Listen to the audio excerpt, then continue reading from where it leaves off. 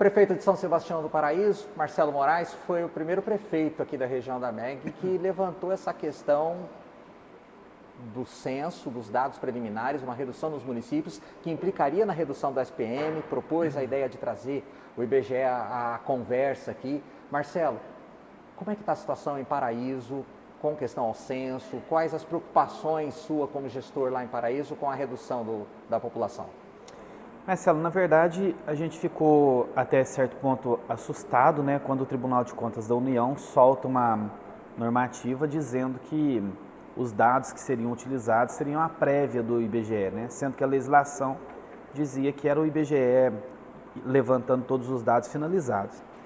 E para nossa surpresa, com 90% dos números levantados em Paraíso, faltando 300 pessoas para bater o limite, né, para não haver a redução do FPM, Paraíso foi desenquadrada em 2,6 para 2,4.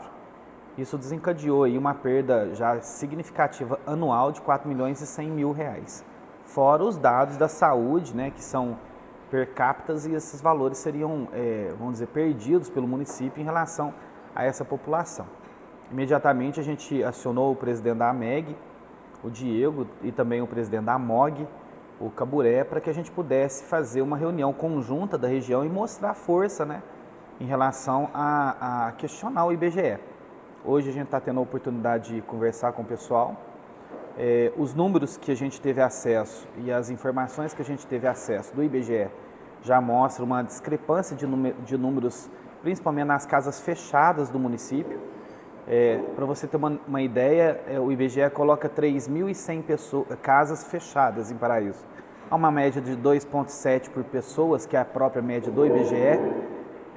Paraíso identifica que aproximadamente 1.300 casas que realmente estão fechadas, né? As outras, vamos dizer assim, 1.700 casas, a 2,7, nós estamos falando aí de no mínimo 4.500 pessoas que não foram levantadas.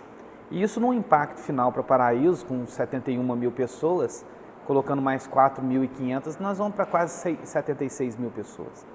Então a gente agora está fazendo um trabalho de formiguinha, né, indo de casa em Paraíso, com a nossa equipe dos agentes de saúde, para constatar se naquele endereço que o IBGE passou para nós, que ele diz que não tem ninguém, se tem alguém. Se tiver alguém, a gente está fazendo uma planilha, encaminhando para o IBGE e exigindo que eles voltem no local, né? Então a gente vai fazer esse trabalho durante esse mês, o mês que vem.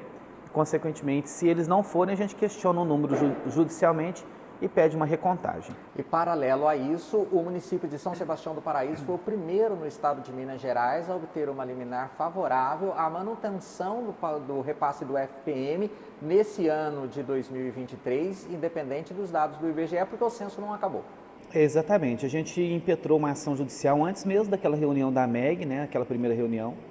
A gente já estava com todos os números já levantados, a gente entrou judicialmente, a liminar saiu na última quinta-feira, dando causa ganha para nós, né, e deixando o Paraíso no índice de 2,6 até que o IBGE termine o dado final, né? Então a gente mantém esse valor sem perder, mas agora é provar para o IBGE que Paraíso não tem apenas 71 mil pessoas, e sim no mínimo 75, para chegar bem próximo de 76.